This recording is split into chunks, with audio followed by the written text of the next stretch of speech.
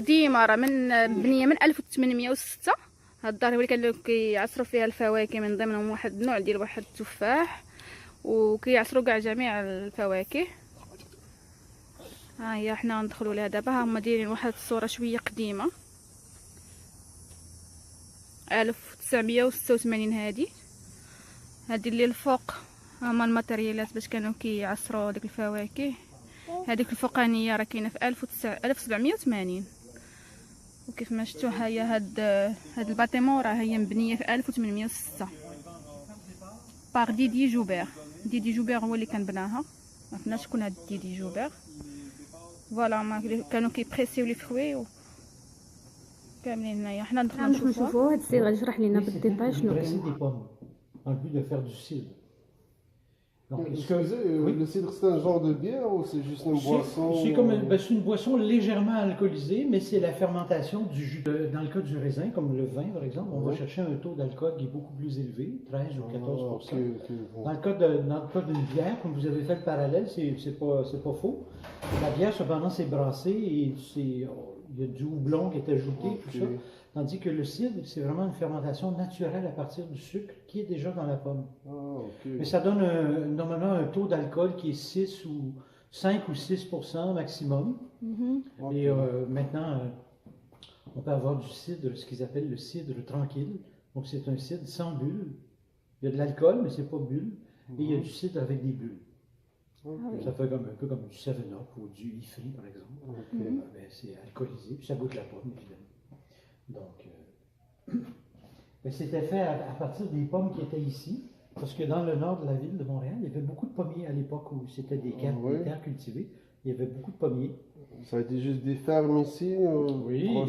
Oui, il fut un temps où les gens partaient de Montréal, là où il y a le centre-ville, et montaient ici en tramway pour passer les vacances d'été à la campagne. Et voilà. Ça a beaucoup changé parce que maintenant, ça fait partie de la ville, tout est urbanisé.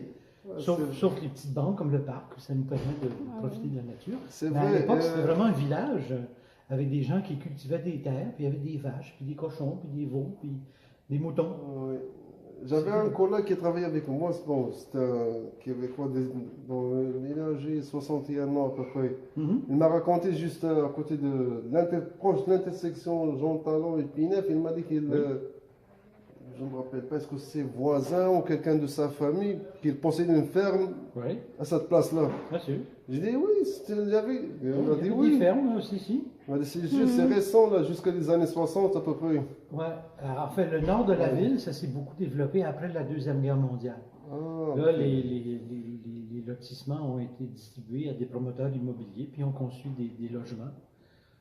Donc avant, ça a été juste le centre-ville, ici juste des cultures, des fermiers, tout ça. Ouais. C'est bon. Montréal a pris de l'expansion au cours du 19e siècle, puis au 20e siècle, entre les deux guerres, il y a eu une période d'incertitude avec la grande crise économique, là, 1929. Mais après la Deuxième Guerre mondiale, tout le nord de la ville, ça s'est construit. Donc c'était une période de prospérité économique. Hein. Malheureusement, après les guerres, c'est ça qu'on observe. C'est souvent l'économie qui est stimulée, puis là, les gens construisent, puis peuvent investir, font des épargnes, dépensent de l'argent, achètent des maisons, et voilà. Donc ici, ça a été une bâtisse, surtout pour fabrication, distribution de cidre. Oui. En fait, ici, ils faisaient que presser les pommes pour en tirer le jus. Ah, ici, donc. Oui, donc ici, ce que vous voyez là, c'est le vestige d'une des deux machines qui étaient là pour presser des pommes. À l'époque du pressoir, l'édifice est non chauffé, donc les foyers n'existent pas. C'est un lieu de travail qui est saisonnier. Hein, on a ici les pommes au Québec seulement en septembre-octobre. Donc ils pressaient les pommes seulement à l'automne. Ça durait quelques mois. Donc, puis le reste de l'année, c'était fermé. Donc ils travaillaient vraiment en 4 pieds en bas du niveau du sol. Et le plancher du pressoir, le niveau de travail, c'était la grosse pierre plate. Ça, c'est le roc de l'île de Montréal. C'est la roche calcaire qui forme l'île de Montréal. Parce que la machine, je vais vous montrer la maquette, c'était tellement gros et tellement lourd qu'on ne pouvait pas la mettre sur un plancher en bois. Ah oui. Il fallait absolument l'asseoir sur le roc, hein, sur la roche. Donc ce que vous voyez là, c'est les restants de la machine. Je vais vous montrer avec la maquette qu'on a. On a une belle maquette qui montre le fonctionnement. Les outils اللي كانوا كيخدموا بهم. Ça, ce sont les poutres du plafond qu'on voit là. هذا Et واحد la machine, elle ليكزامبلير des poutres ديال لا du ماشين. plafond jusqu'au roc. Ça, c'est la grosse roche plate que je vous ai montré au fond. C'est le plancher du pressoir. On est 4 pieds en bas du niveau du sol. Et voyez-vous, par rapport à la taille du meunier, à l'échelle, c'est vraiment 2 fois la taille d'un homme et c'est vraiment surtout très long. Ça occupait toute la longueur de la pièce.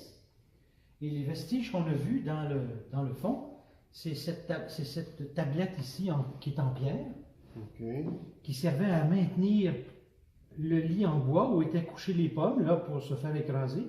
Ça le maintenait toujours à la bonne hauteur pour que la cuve puisse être toujours en dessous. Toujours en dessous, parce qu'il ne fallait pas que ça descende en bas, sinon ça aurait fait verser la cuve pour que le jus puisse couler dedans. Donc ça, c'est ce qu'on a vu, c'est un vestige de la machine. Et aussi, les crochets qui sont ici.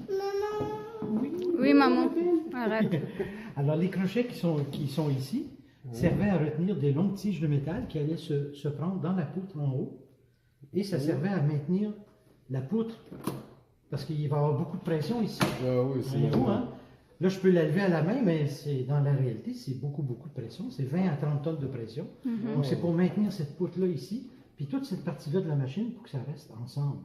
Donc, il y avait 2 longues tiges de métal qui étaient fixées dans la poutre en haut et qui étaient retenues par des crochets. Alors, ces 2 éléments que je vous ai montrés, c'est ce qu'on voit dans notre fosse archéologique. Voyez-vous?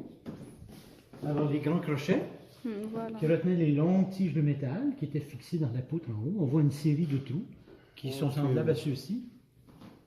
Ah oui. Et la tablette de pierre sur laquelle était déposé le lit en bois pour le maintenir à la bonne hauteur. Et la cuve était déposée là. Et voyez-vous l'arrondi dans le... Oui. Bon, alors c'est ça, la cuve pouvait s'approcher en tout temps de la machine, puis le jus pouvait couler dedans. Alors la première machine était tout le long du mur, ici, et la seconde machine était là où on se trouve, ici, tout le long du mur. Cette série de trous correspond à la série de trous qui est de l'autre côté, et les tiges de métal partaient et allaient se ficher dans deux gros crochets, dont on voit des Ils sont vestiges. castrés. Oui, ben on voit les restants, je vais vous les montrer, venez, je vais vous les montrer, vous allez voir. Alors, vous voyez sous le plancher où c'est éclairé, on voit les restants des crochets de l'autre machine. Évidemment, eux, ils ont moins bien survécu, ils ont été coupés, mais ceux-là, ça a été conservé au complet. Alors, on a quand même une grosse production de jus de pomme. Est-ce que tu aimes le jus de pomme, toi, à la maison? Tout ce qui est fruit. Oui, tout ce qui est fruit, hein? Ouais. Alors, voyez, et ce qui est intéressant, c'est qu'on est chanceux à Montréal parce que le vestige de cette machine à presser les pommes, c'est le seul à tout le Québec. Ouais. Et on sait que sur toutes les seigneuries, il y avait des pommiers partout au Québec. Et sur toutes les seigneuries, il devait y avoir des pressoirs. Peut-être pas toujours de cette grosseur-là, des fois plus modeste, un peu comme des pressoirs à olive, par exemple. Hein. Ok. Donc, Ça a été la plus grosse dans tout le Québec, c'est ça? celle-là ici, oui. Puis c'est le seul vestige qu'on ait qui a survécu. Tous les autres ont disparu. Alors, on est quand même chanceux. Pourquoi ils n'ont pas gardé l'ancienne machine? Juste question. Ben, ça s'était brisé, puis peut-être qu'ils ont jugé que ça valait pas la peine. Enfin, ils ont été démolis, puis ça a fait place à une maison. C'est pour ça qu'il y a des foyers aujourd'hui, planchers au niveau du sol, voyez-vous. Alors, ça a été transformé en habitation, mais ils ont conservé dans le sous-sol tout ce qui concernait l'ancien pressoir, donc ce qui nous permet aujourd'hui d'admirer ça. Hein. Ça a été bien s'ils gardent la machine et les restaurent. Oui, Ça ça aurait été mieux, mais bon, Oui. qu'est-ce que vous voulez? Il n'y a pas quelqu'un qui a proposé, par exemple, De de reconstruire. Ben, déjà, ils nous ont fait la maquette, mais c'est sûr qu'à l'échelle, ça aurait été Ça intéressant. pose intéressant de garder. شوف هادشي هاد البلوك نوت كلها قديمه، هاد العمود، هاد الكروشي اللي كانوا قابطين به ديك لا ماشين. Mais au moins, avec la maquette, نتوما شفتوا هادشي اللي باقيين حافظين عليه. C'est ça qu'on oui, qui génère la pression. c'est un La cabestan. Le meunier tournait ça à la main. Puis là, grâce à la vis sans fin, ça faisait descendre la poutre. Puis tranquillement, ils augmentaient la pression sur les bols. Et puis, on pouvait tirer le jus. Avec quel type de bois fabriquer le... Ça, c'était du bois dur. Là, la maquette est fabriquée en bois de pin parce que c'est très léger, c'est facile à manipuler. Mais en réalité, les poutres du plafond sont en frêne ou en hêtre et la machine devait être en bois dur aussi. C'est de l'érable ou... Ben, de l'érable ou du frêne ou du hêtre. Ouais. Le chêne était réservé pour la marine anglaise tous les chênes coupés ici au Canada étaient envoyés en Angleterre pour fabriquer les navires, les mâts des navires. Ça s'appelait une chêne. Le chêne, c'est le bois le plus dur. Donc, c'est des outils anciens. Voyez-vous, une règle de menuisier, un pic pour le bois ou pour la glace, les clous. Les clous étaient carrés anciennement parce qu'ils étaient fabriqués par le forgeron. Hein? Et c'est ici le distributeur pour la monnaie. Il mettait ça à la ceinture, puis il pouvait mettre les pièces de 25 sous, de 10 sous. Ah oui. Donc tous les livreurs à domicile, le pain, le boulanger, le laitier, le marchand de glace, même les chauffeurs de taxi se sont servis de ça. À une époque où on payait en argent comptant, évidemment. Aujourd'hui, on fait PayPass ou je sais pas quoi. Bon. Le fer à repasser, qui fonctionnait au charbon, la petite cheminée, on mettait les morceaux de charbon chaud, là, puis la petite cheminée servait à faire sortir la chaleur et la fumée.